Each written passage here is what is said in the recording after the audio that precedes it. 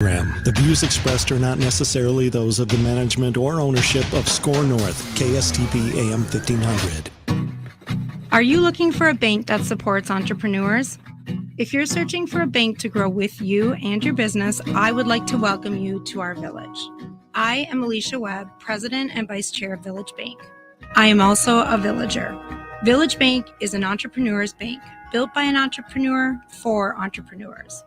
As a community bank, we are here to help businesses grow and make our community strong.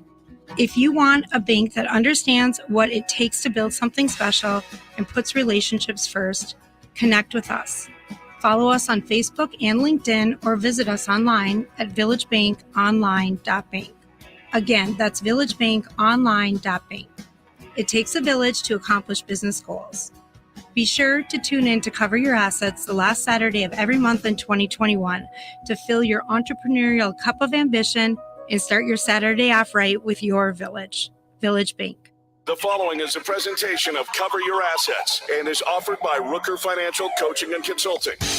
You're trying to build your income, your business, your life. Challenges are all around you. It seems so overwhelming. People are depending on you. Who do you listen to? Where can you go to find honest, useful information? Todd Rooker. For decades, Todd Rooker has been teaching professional education to attorneys, CPAs, bankers, and financial advisors. Rooker Financial Consulting offers advice and coaching to consumers, business owners, and financial professionals on every topic imaginable. If you truly want to succeed, sit back and find out how to cover and build your assets. Here's nationally renowned speaker and expert getting you on the path to financial strength and wealth, Todd Rooker. Welcome, everybody. Welcome to Cover Your Assets. It is the end of the month as regular. We are enjoying having our guest, Alicia Webb, in from Village Bank. It is Village Bank Radio, end of every month, where we are fortunate to be able to talk to president of a bank, somebody who can give us insight into financing and growth of your business. And we're really here to talk about that today, Alicia, and that is the acquisition of other businesses to grow your business. We do these at the end of every month. And the purpose is really to help entrepreneurs grow. Village Bank is a business that was started by an entrepreneur, built for entrepreneurs. And we've covered a lot of topics over the weeks and months that we've been doing this. Some of those things are knowing your numbers, growing your business through financing, discovering what stage of entrepreneurship or even your business is in. And if you like, go back and listen to some of the podcasts. You'll be able to catch a lot of tremendous information. We like to call these master's classes because, in fairness, if you're a business owner, you must learn the language and understand finance if you are to grow your business. So that's really what it's all about. Welcome, Alicia. Thanks so much, Todd. What a dreary morning, Yeah, right? yeah. Let's brighten this up a little bit. Oh, my goodness. You're so right. So today we are talking about something that it seems to be going on quite a bit in the marketplace, and that is the acquisition of a new business. Maybe you're just buying a new business, but maybe you're already in business and you're looking at acquiring another existing business as a strategy to expand your business. And I think it's a good one. I think it's one that people are using regularly today. And so that's what we're going to be talking about in today's show. You have to understand the financials of what you're buying. You have to work with your banker to get the numbers to be able to understand how it might integrate into what you're doing currently. And so with that, tell me, are you seeing a lot of that going on, Alicia? We are seeing a lot of acquisitions right now, and acquisitions not just in the traditional, I'm going to buy Tom or Nancy's business down the road and how do I get financing for that, but acquisitions at people, products, revenue lines. They're acquiring in different ways than they did before. Maybe they are ordering a new piece of equipment that they are going to start to use robotics to be able to grow one revenue line, or a similar revenue line that they can sell those products together. That, in my mind, that's acquisition. They're acquiring something new. People, they're starting to acquire people from their competitors, people that they want to bring into their industry. And that's different. We're asking a lot of our entrepreneurs, what is your business today? Maybe you were just tires before, and now you have an online platform for servicing. What is your business today? Why? And where should your business be? And that's where we're seeing a lot of those acquisitions start to happen. What else do you need for your business? Is it acquiring people, acquiring, talent, acquiring equipment, or is it really going out there and buying a whole new entity? Because we're starting to raise our hand I don't want to say raise our hand a little bit, that we are raising our hand. We're supposed to be advisors and asking about balance sheets, because balance sheets are inflated right now. Quite frankly, they're inflated. So it's really looking at that opportunity and saying, is this the best time? How do I do an earn out? How do I do some seller carryback financing? What should this acquisition look like? Well, so folks, when you hear, maybe some of you are familiar with the term M&A, which is mergers and acquisitions. When you think typically about businesses that are more mature, larger, have more zeros behind them, that's a reasonable thing that goes on. But, there's a lot of small businesses who are doing the same thing at that lower level. And for a lot of folks who are selling their businesses, sadly, many of them have looked at their businesses only to be purchased, if at all, by someone else who's in the same sphere or business line. And that can be somewhat problematic, but it can also be an opportunity, right? Because the business might not be tremendously valuable as a straight up investment, but to you as a business owner who's already in that field, they might have a specific product or service that you're lacking or have had a challenge developing within your own business. And by acquiring that business, you kind of fill those gaps. So those are really tremendous opportunities, right? Yes. And it is an opportunity, because it is so interesting that you said that, because we are starting to see that that businesses are buying not exact same businesses. I sell tires, you sell tires, let's acquire you or merge together. It's more, how do we invest in a marketing company, or how are we investing in oil change company, or whatever that ancillary company could be to the purchaser. And I think it's important to start to think outside the box. Where are the gaps in the company? Where should your company be going? And what do you really need? Now, today, there's so much cash out in the market. There's so much liquidity out in the market. I was at a Elko seminar the other day. Do me a favor. Describe what that means. There's so much liquidity. I just want to take you back and make sure we got everybody with us.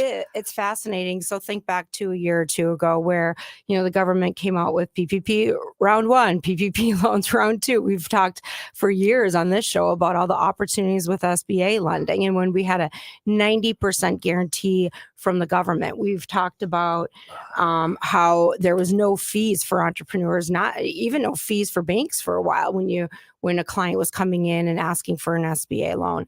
Those were such great opportunities. But what that did is it made money more available. It made banks more eager to lend that money. And it put so much liquidity, so much cash into our economic environment, our environment as a whole. There were checks going to people. They're getting checks in their mailbox, even if they were employed. More kids you had, more checks you were getting. There's a lot of liquidity flooding into the market. I was recently at a seminar where a group in town talked about 78% of that liquidity has been used now. So think about, if you received $100 from the government, $78 of that has been used up. That's what they're estimating. So that tells you that we have about $22 left. Wow. And there's people, how are they going to use that? We can tell you, we watch our core funds and we watch our deposits in the bank, and we keep expecting them to start to trail down. As our PPPs were paid off, those loans that you got that were free from the government, we expected our deposits to trail off right behind those. That has not happened. Deposits are very high in banks. There's a lot of liquidity in the market. And what I'll think about this piece too, there's no lines of credit are not funded because you've been using cash, or you have not been able to get that inventory, so you haven't had to pay for it yet. Or maybe you have 3 positions open at your company and you can't fill them because this market for hiring is crazy. It's bananas right now. So you don't have that salary and benefits expense, right? And so there's all these things that are happening right now where there's this liquidity that is out there in the market. the seminar I was at, they were predicting 22% of that money was still out in the market. So they're almost in a panic right now. They're hearing rates are going to go up. Rates are going to go up. You got to go buy something. You got to lock in. You got to get those great rates. And I've got some money in my checking account. My line of credit has a zero balance. I've got to hire. What should I do? What should I do? Honestly, pause and breathe. I mean, like it's, for me, it's almost that mom moment where everyone's screaming, pause and breathe and say, where's my business at? Where do I need it to get to? Why? Like, what's step one? What's step two? Because these are the times that, I think back to that 08, 09, 010 timeframe where people are panicking and they want to go out and they want to buy it. Everyone's buying. Rates are low. What should we do? My neighbor has the boat. My best friend that owns a business just bought a building. And pause right now and say, where am I going? Because rates are going to go up. The economy is going to tighten. And I think right now is a great time to make sure you've got the right banker. You've got the right business coaching consultant working by your side. You've got a great accountant that you're walking through your cash flow with, so you really understand that cash flow. These are times to really look back. And when there's an opportunity to buy, I mean, make no doubt about it, we want to get you there. So we'll help you buy it. But really, let's look at what are you buying and how do we structure that deal? Because remember, we said all that liquidity in the market, and now we're at approximately 78% of it's been used up. So we got 22% to go. So, that scares me when I hear you say that. Oh, no, because this is what I know to be true. You always want to know what's ahead of you and you want to be ready, right? Like entrepreneurs, they can pivot on a dime. You have so much more faith in business owners than I do. Oh, I do. You know what? Business owners and entrepreneurs, they are the most clever, tenacious people. They can pivot on a dime, but they have to have information. They're clever at self-deception. Well, no, yeah. So see, you guys need to meet the entrepreneurs that are at Village Bank, because these men and women, they, if you share, and they, I say listening ears, but it's true. Like if you can open up your ears and your mind and really pause and look around you, entrepreneurs are intelligent. You just have to give them the full story. Well, let me take you back and give you a sense of what I'm thinking of. So a lot of these different banks that assisted people with PPP loans, and maybe just let's say the SBA in general, as they were taking the applications for the PPP loans, they were literally pre-qualifying them for other loans, 7As, the EIDL loans. Mm-hmm. And so a lot of people, just exactly like you say, were getting checks in their mailboxes that were, some of them, in the hundreds of thousands and millions of dollars. And I know this because I have clients that exact thing happened. And I mean 500,000, 800,000, $1 million too. Yes. And it's, for anybody listening, it's really hard to say no when you're being offered this money. And so they would call me up and say, oh my gosh, I can get $500,000. And I would say, what are you going to do with the money? Taking the money is one thing. Using the money to make more money. Because if you don't have a strategy to make more money with that money, then you have no business taking that money. Mm-hmm. Well, my fear is that a lot of them take and put it in their bank account, their business bank account, and not using it for the business. And all of a sudden they decide that their family needs a new boat or needs a lake home. Mm-hmm. And they start spending these monies, not in a way to leverage and make more money with, because they really didn't have any strategy to do that in the first place. And they never developed one since. What I am saying is the acquisition of an existing business is a fabulous utilization of those funds. When I hear you tell me that there's 20% left, I'm wondering where that money went. Like you and I were talking before the show. I mean, and we just talked about now. I mean, entrepreneurs, they're great. They're great people. They can pivot. We have to give them that opportunity to pivot, right? And so it's starting to have these conversations where, yep, we love the new boats and the new lake cabin, but at the end of the day, you're not going to be able to keep this lifestyle up of buying something new every year. We have to start to pull back now and say, what are the new opportunities in the market? Because remember, whenever the market shifts, there's also a new opportunity. Right. What were you making before in a low rate environment where people had extra cash? What can you make now, or what service can you provide now when that economy shifts and people needs an advisor, they need a different widget, they need a different service from that company. There's always a shift that can happen. It's just, can you be nimble and insightful enough to see that coming? And I believe that's why people are entrepreneurs, because they're in a W-2 job saying, I mean, yeah, we're doing it like this, but gosh, we could do it so much better. So let's go do it over here on my own. Right. I mean, they don't like easy stuff. Right. And sometimes we get comfortable, and I get it. We get comfortable. We want to eat the bonbons or eat the, the grapes. But at the end of the day, when the going gets tough, entrepreneurs don't like easy. They like to earn it. So for some of you who maybe have gotten these loans, who are listening to this show, and I know many of you do, the I guess carrot that was hung out there that was made it exciting for a lot of these loans is the government, the SBA, Small Business Administration.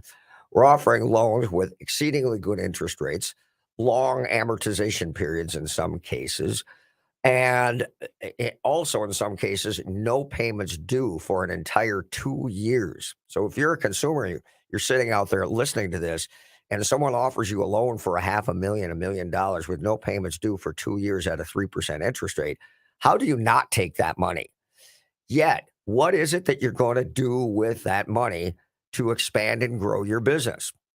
And so I think that acquiring a product or service, and as I started at the top of the show, acquiring talent, which seemingly is so hard to find, the arduous task of hiring people on onesie twosie at a time to build a new department or a new division or double the size of your business. Let me tell you what, that's a new business unto itself.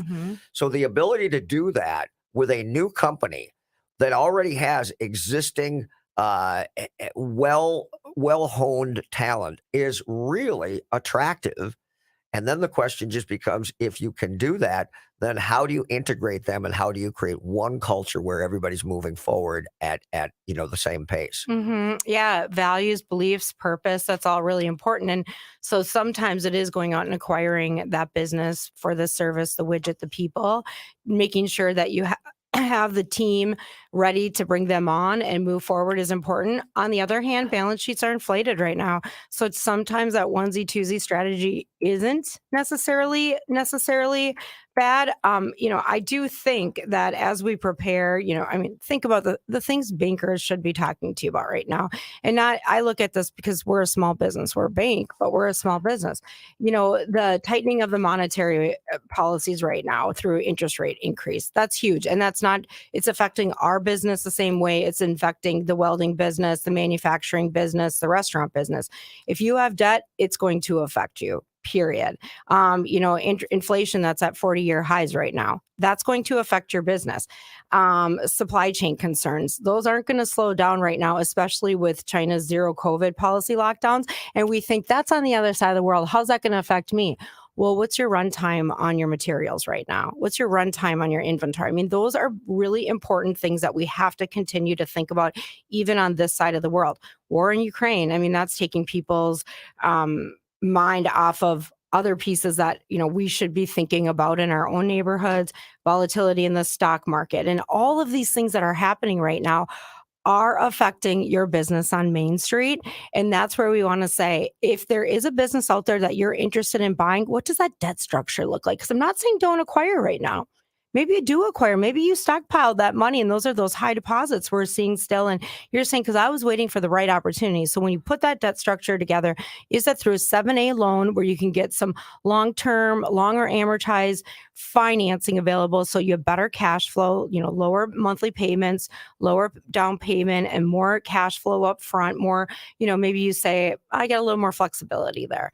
Is it you can get the seller to maybe finance some of that, right? Maybe there's an earnout involved. Maybe there's a different structure you can put in place because you are uncertain about the business and you're uncertain about the economy, and you want to make sure that the business keeps the revenue that it's at, or the employees stick around for 12, 24 months after the purchase. There's so many different, keys and questions to ask. Why not? I mean, why not ask? And listen, you might walk in the door and say, Alicia, I want to talk to you. Nah, he'll never go for that. She won't do that. But guess what? It never hurts to ask, because when you get to the bargaining table, if someone's selling their business right now, there's a reason. It might be, I want a lot of money. It might be, I don't have an exit strategy. It might be, I want to go start something new. Who knows what that is? But ask these questions to figure out what is the best debt structure you can get so you can fix it at these fantastic rates. You can have more flexibility in the debt you have to take out.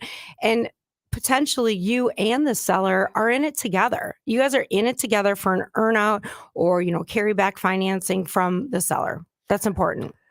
So we're going to come back in just a bit and take our first break here. So we'll be back in a minute. But there's a whole lot of things that Alicia just said that I want to comment on. And this is, there's a lot of things that we cover on this show, and I'm always conscious of the fact that I want to bring everybody along. And those of us who are in an industry always get caught in the trap of talking about things that maybe not everybody understands. But I want to bring you along with this. The one thing that I want to bring to the point that Alicia made, which is the inflated balance sheets. What that actually means is, think about equity in your home. There's money on the balance sheet, and the balance sheet is a simple formula that says, here's all the assets you have, here's the liabilities you have, and here's what's left. Well, a lot of people got a whole lot of money, and so they didn't need to use a lot of their own money. And so as a result, there's been profits that have been piling up, not to mention the fact that during the same time, they maybe scaled back on their labor costs dramatically while simultaneously taking in $500,000, $1 million, plus money to help them make payroll. And so, holy crap, here's a whole lot of money. But I want you to think about it in this way. If you're familiar with a 1031 exchange wherein you have 6 months and you've got to use that money, and if you don't, you're going to get hammered with taxes.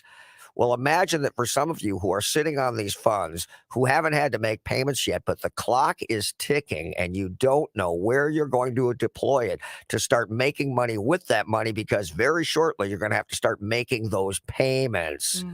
So this topic of acquisition and growth through acquisition should be a very interesting topic for you if you're in business. We're going to take our first break. We'll be right back. Does your sump pump run constantly? Do you want to ensure that you never have a damp, musty-smelling basement? These issues are caused by water coming off your roof, draining into your basement. Gutters can resolve these problems. William Foss is the owner of Seamless Solutions. He is honest and trustworthy. He is simply the best. If you need gutters or leaf covers, he is the guy to call.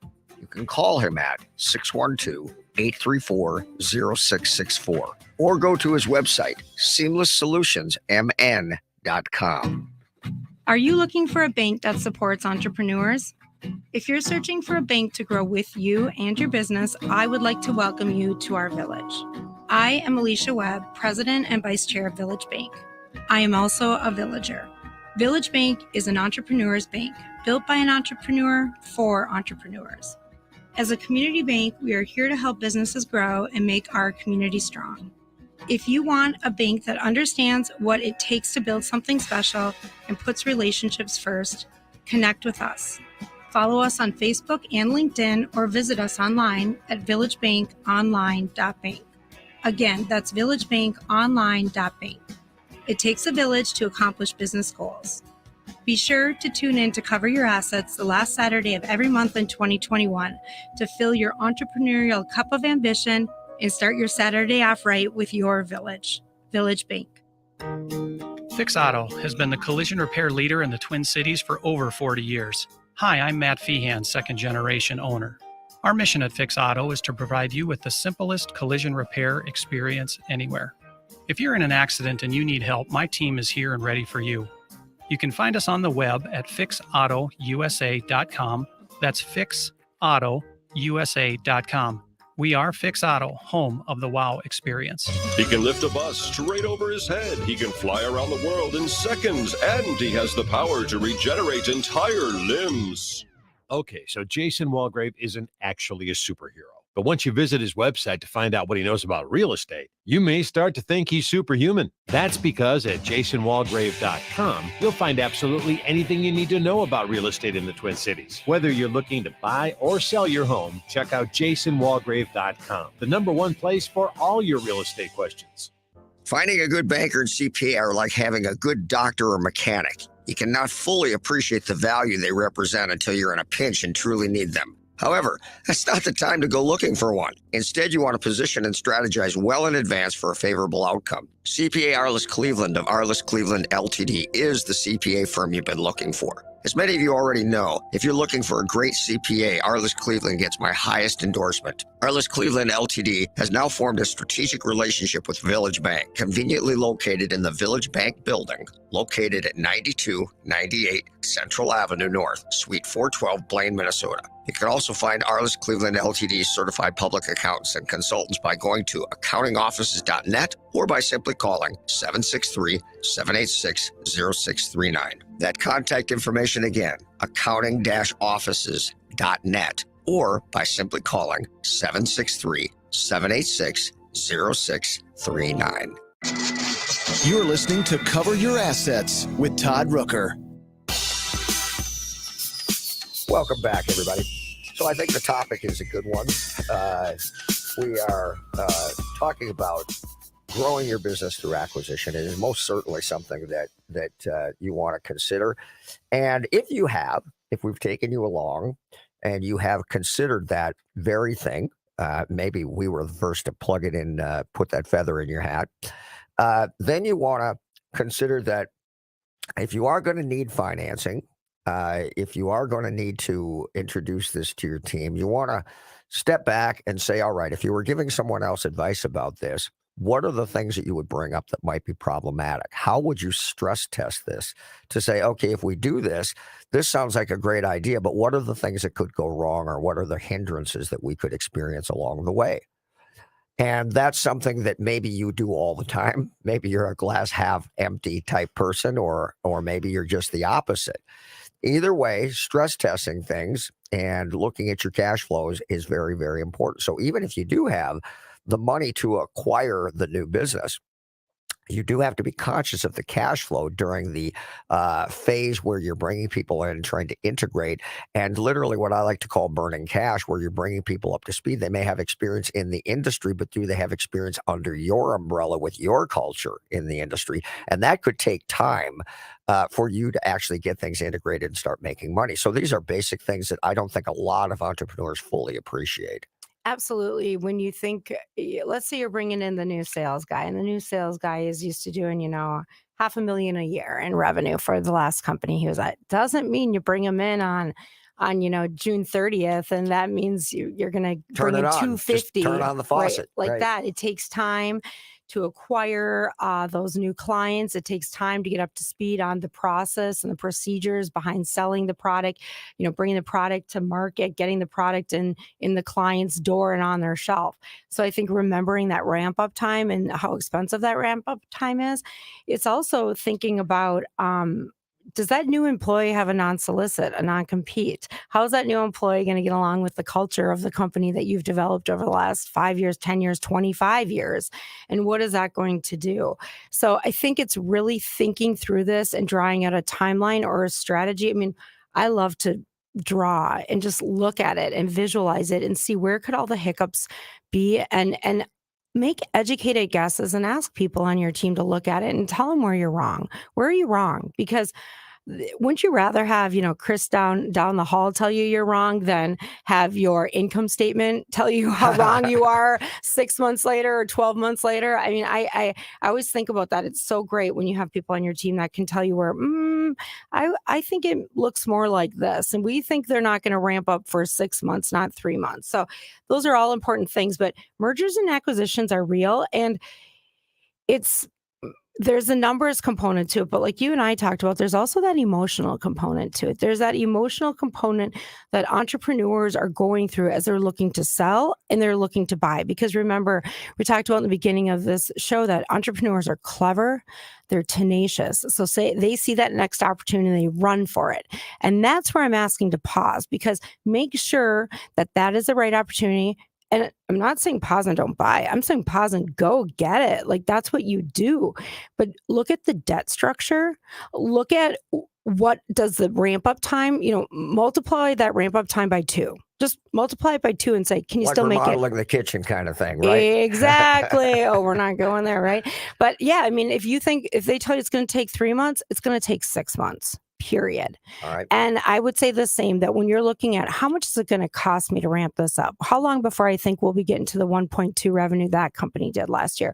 Or if they've scaled, if they've grown multiples of 2 times or 1.5 times over the last 3 to 5 years, of course they did. We're in a fantastic market. We just talked about all the liquidity that hit the market. Now we're in a time where you need to prepare for inflation. You need to prepare for weaker cash flow. You need to prepare for different rates when you go to refinance. So no one's saying don't do it. No one's being the warden over here. We're just saying be prepared. It's a challenge to look at things, I think, sometimes from somewhat of a glass half empty when you're trying to grow and you want things to go well. But I think a point that you bring up, which is so important, is incorporating the culture. Remember that everybody who's in your organization, the existing organization, the new organization, is going to have to acquire maybe a new language and a new mindset. Mm-hmm. So that takes time for human beings to deal with. Add to the fact that are the new people going to embrace the culture or are they going to reject it?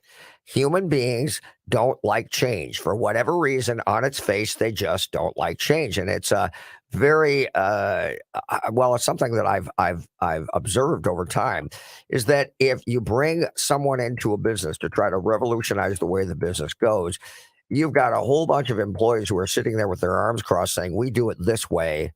We're not changing."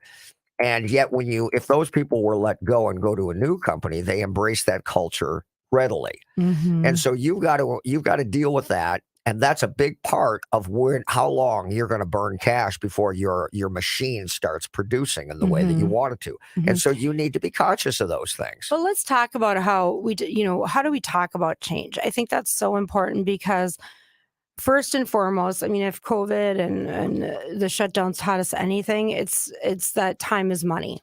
And at the end of the day, I can speak to our team. I mean, our team is based on our values and we put relationships first and we earn it. We always do the right thing. And it wasn't going, oh gosh, what should we do? These are entrepreneurs. We're a team. How do we jump on board and do this? Like, this is our time to prove what community banks can do. And not just our village, but a lot of community banks around the area did that. And so kudos to us but now that doesn't stop because now there's been a different momentum, right? And I would almost ask, is it change or is it iteration of what you're doing? Because if you're not growing, you're dying, period, or you're selling. And if you're not growing, if you are growing, you need to continue to iterate. Nothing is done. Nothing stands still at a point in time. We have to continue to iterate policy, iterate process, iterate customer satisfaction, iterate culture, period. COVID taught us that. And any company, what you can think of your very favorite companies over time, how have they iterated themselves to continue to grow, expand, and move with culture and time? It is so important to be transparent with your team about that. And it's so important to share those values up front. So when we hire a new person, it's like, oh, well, what are they like? They're villagers. They're a villager. And we all know what that means. And yeah, we hire only villagers, period.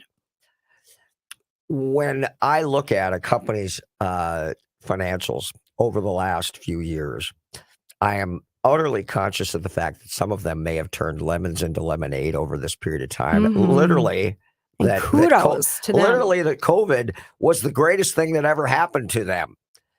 So you must take into account that those years that are hopefully behind us, or at least things are a-changing, those years might be looked at as an absolute anomaly to that business.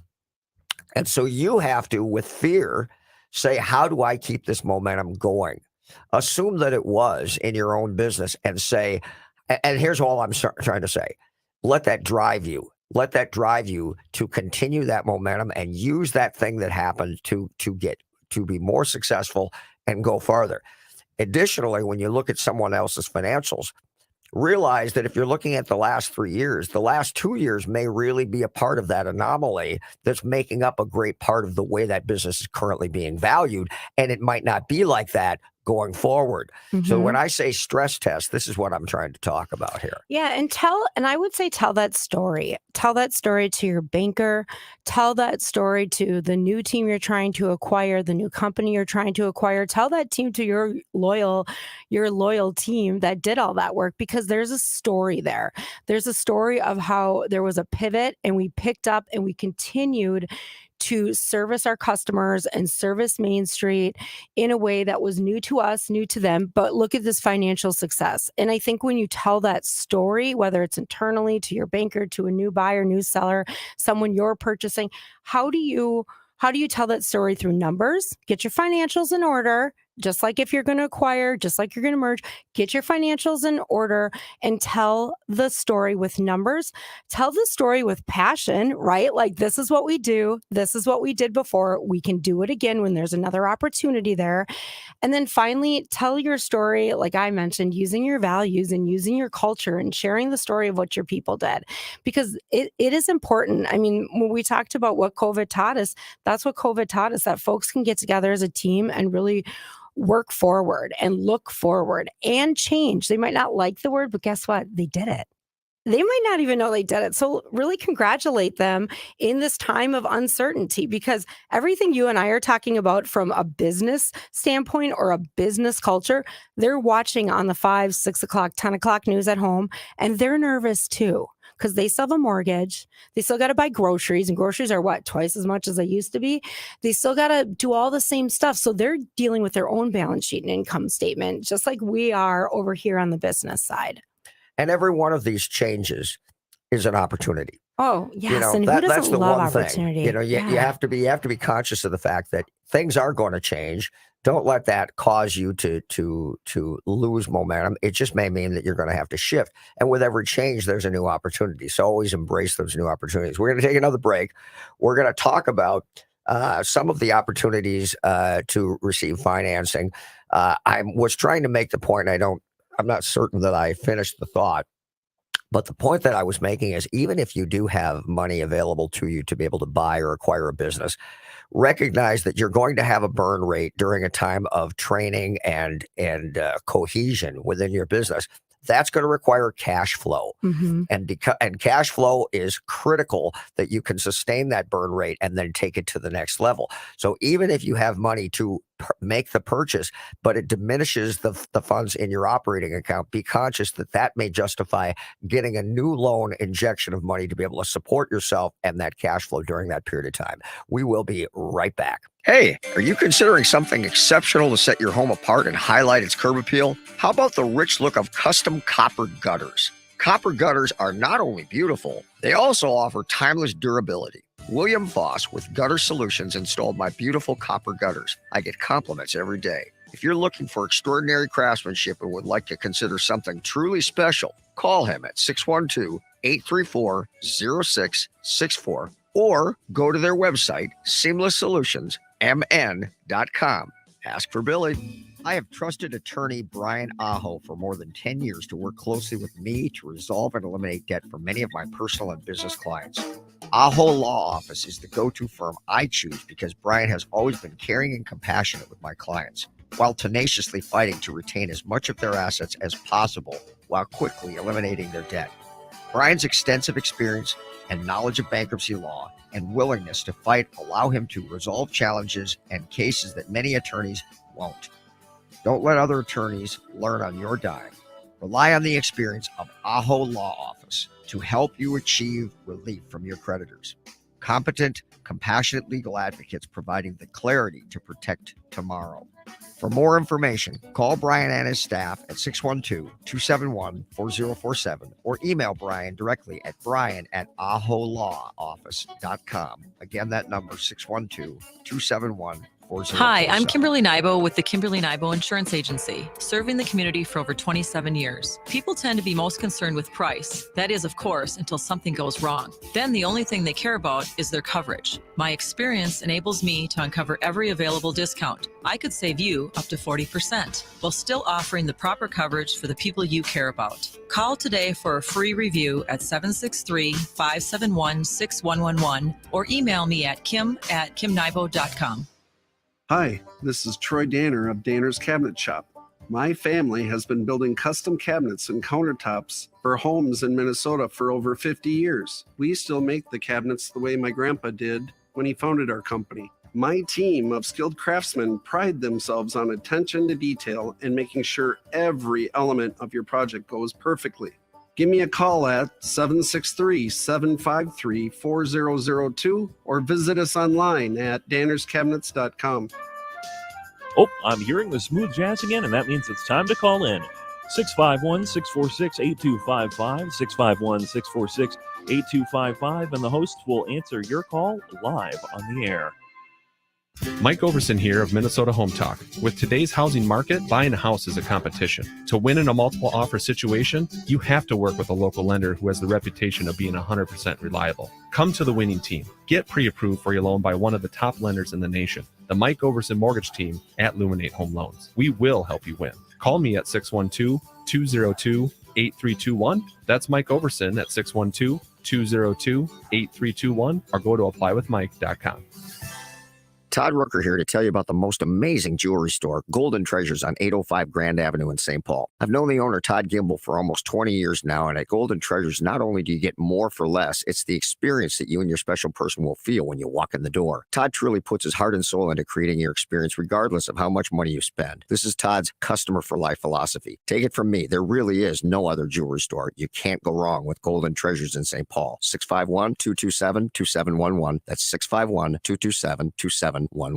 Finding a good banker and CPA are like having a good doctor or mechanic. You cannot fully appreciate the value they represent until you're in a pinch and truly need them. However, that's not the time to go looking for one. Instead, you want to position and strategize well in advance for a favorable outcome. CPA Arliss Cleveland of Arliss Cleveland LTD is the CPA firm you've been looking for. As many of you already know, if you're looking for a great CPA, Arliss Cleveland gets my highest endorsement. Arliss Cleveland LTD has now formed a strategic relationship with Village Bank, conveniently located in the Village Bank building, located at 9298 Central Avenue North, Suite 412, Blaine, Minnesota. You can also find Arliss Cleveland LTD certified public accountants and consultants by going to accountingoffices.net or by simply calling 763-786-0639. That contact information again, accounting-offices.net or by simply calling 763-786-0639.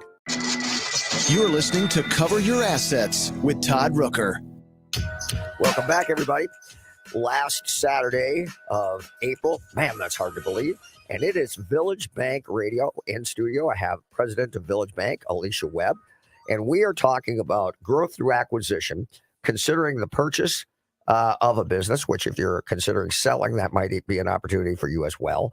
And we're talking about the need for financing to support the cash flow and or the purchase of that business to grow, acquire employees, talent, and acquire maybe products or services that would integrate very well within your business.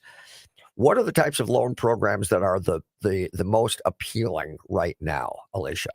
Well, I think almost anything considering the low interest rates right now.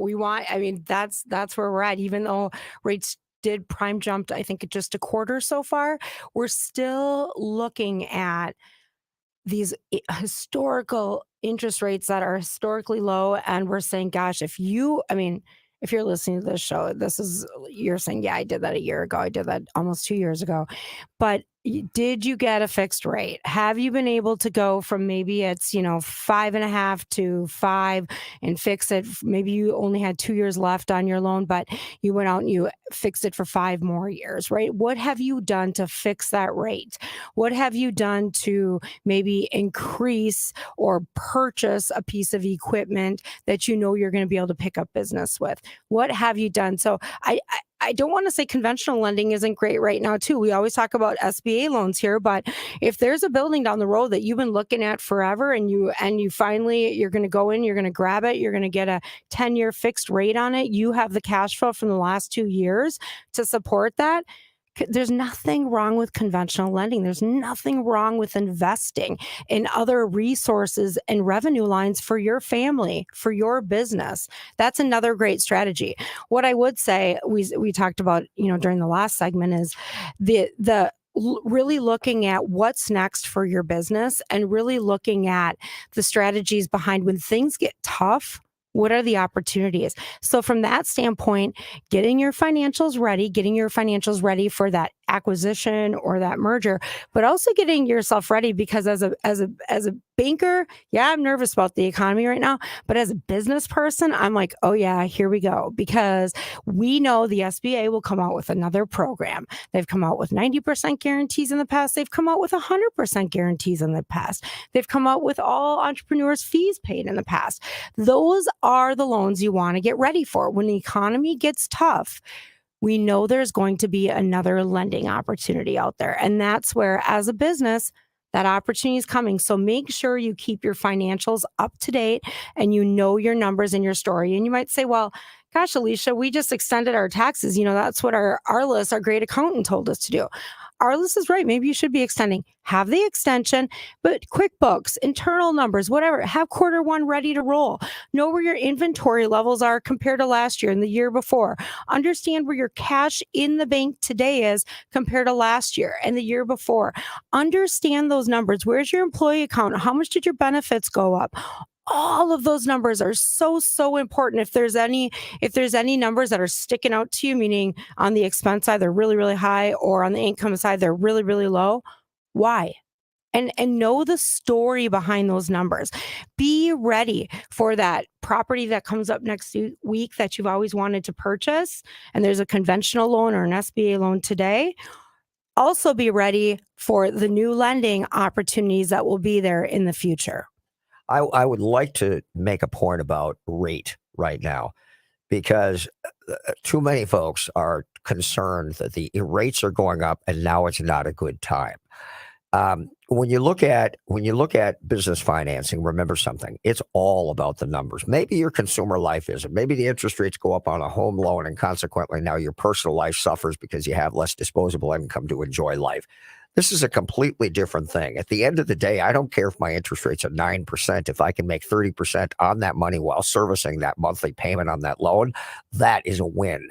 And it is all about making money with other people's money. And let's be honest, most of you who are in business, if the interest rate is 6 or 7% and you can't take that money and make more money with it, having a predictable monthly payment that you can build into your cash flow, if you can't do that, then you shouldn't be in business in the first place. Mm-hmm. So don't get so concerned with the change in interest rates and that meaning that that's the end of the opportunity, because this opportunity exists now and in the future. There's always changes coming. And in fact, even with the higher interest rates, we are still at historically low interest rates. It's all relative, right? If you ask my 7.5-year-old Nina what a bike is, she would say it's her cute pink bike with, the big fat tires so she doesn't fall. If you asked one of my 45-year-old clients, 47.5-year-old clients what a bike is, it'd be their really cool new Harley outside. So guess what? It's all relative. Rates are low. They're very low. They went up a quarter point. We're talking about 40-year high inflation. Rates are low. I mean, at this point, if you haven't. So what are we looking at right now? It's a great point. So what are we looking at right now? If somebody walks in and wants an SBA loan on a building, let's say, give me a sense of what I know. I'm going to give the famous Craig answer. Yeah. It always depends, because we're looking at cash flow. We're looking at where the business is. Is it retail? Is it warehouse? Is it a tip up? Is it office? Right? It all depends. on all of that? Is it vacancies? Is it 10-year leases? What is it, right? We owner occupied investment. You can't do SBA investment, right? That's Right. conventional. You can do owner occupied. What I'm going to tell you though is banks have liquidity, because remember we talked about Right. that liquidity is still in the market. Right. You are still going to get amazing rates today. Period. You're going to get much better rates today than you're going to get 1 year from now. Right. Period. No matter where your business is in its cycle, no matter how great you've done, how you've done at whatever the bit, you will get the better rate today than you will in 1 year from now. Period. And really what you're saying is, look, loans can be made, but there's variation between rates, terms, and collateral requirements. So all of those things change it. Nevertheless, can you make money on that money? That's the bottom line. And do the numbers work? And if they do, here's the opportunity. Seize the opportunity.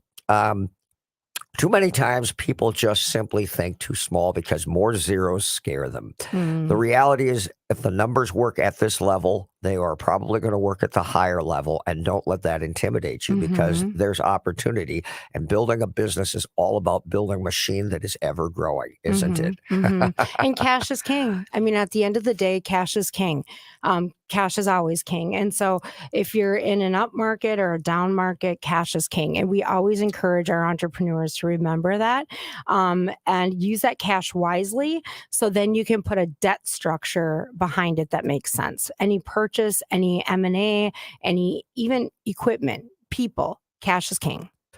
Alicia, do me a favor if you would. Just give the folks your contact information. So if they want to reach out to the bank and they want to be able to just pursue some of the things we're talking about, where would they go? How would they do it? Well, absolutely. I mean, Facebook and LinkedIn and any of those places, you can always find me, message me, you'll get me there.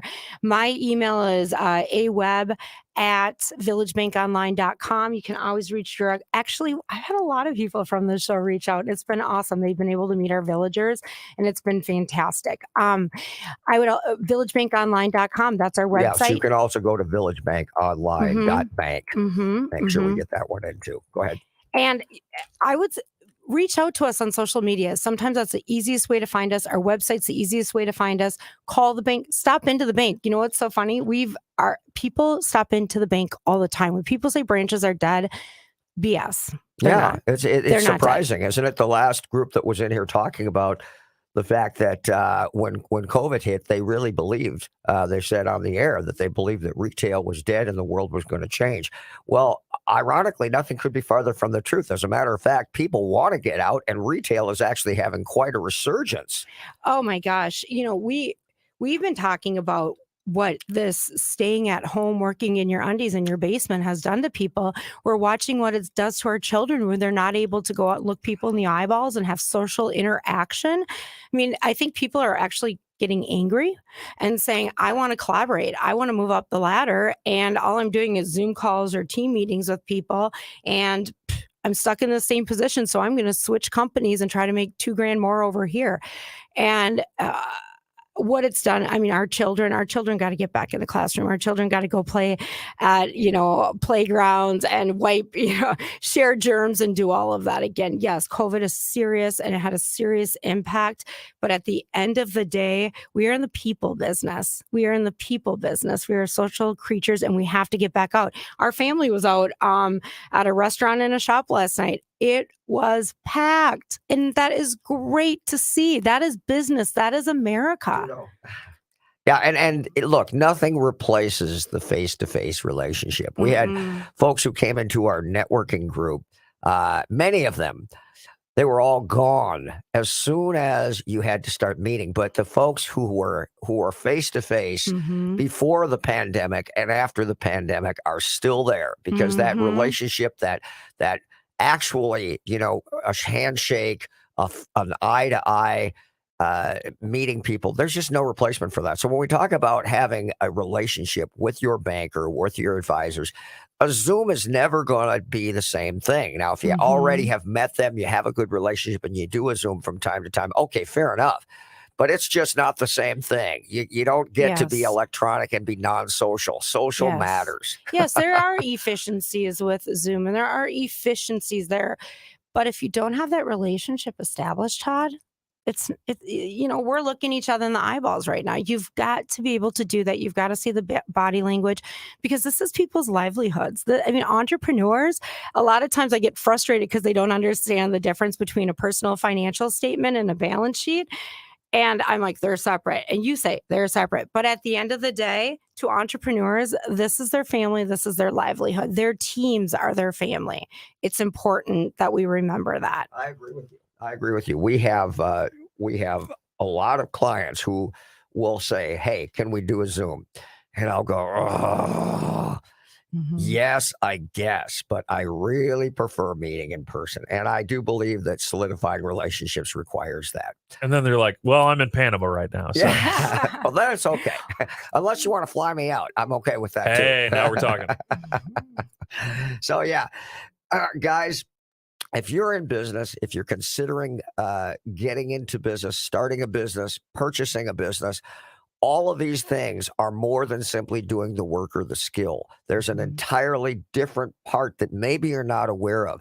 Meeting with a banker, meeting with an advisor, your CPA, maybe somebody like me as an advisor or coach, is just enormously helpful. And when you understand the statistics of the number of businesses that do not succeed after 5 years, I would love to look at the ones where someone, as a contrast, went and met with people, got this type of advice, utilized it, and how many of those survived in business. And I'll bet you it's dramatically higher. I'll bet you. And what more can you say about that? It is not a matter of throwing money away. It is a matter of getting good advice, understanding what you're getting into, and the opportunities that exist.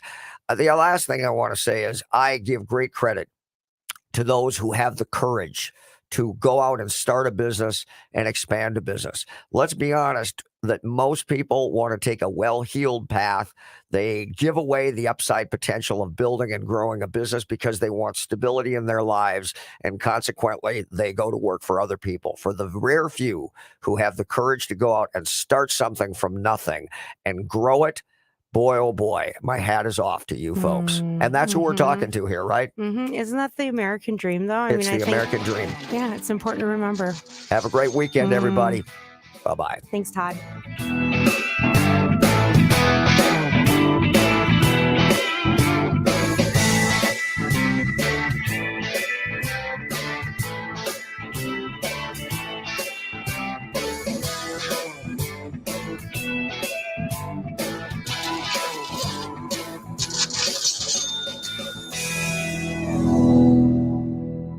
Hello, I'd like to talk with you about financial coaching. Traditional financial planners help you make decisions about stocks, bonds, and mutual funds with money you already have. That's great, but who helps you accumulate more money in the first place? Who helps you make day-by-day life decisions? Who isn't trying to sell you something? Like, should I go back to school? Am I wasting money on insurance? How to purchase and finance a car, boat, home, lake cabin, or investment property? How to start, manage, and sell a business? It's about making minor errors that become colossal mistakes and cost you hundreds of thousands of dollars over your lifetime. The problem is that you're so busy pursuing your career that you're forced to make critical financial decisions that have a dramatic long-term effect on your finances without adequate research or information. Rooker Financial Coaching is like having a personal CFO for every decision. Don't waste time lamenting the bad decisions of the past or money that's run through your fingertips. Stop procrastinating. Call Rooker Financial Coaching, 763-559-3800. That's 763-559-3800. Call me today, Todd Rooker, 763-559-3800. That's 763-559-3800.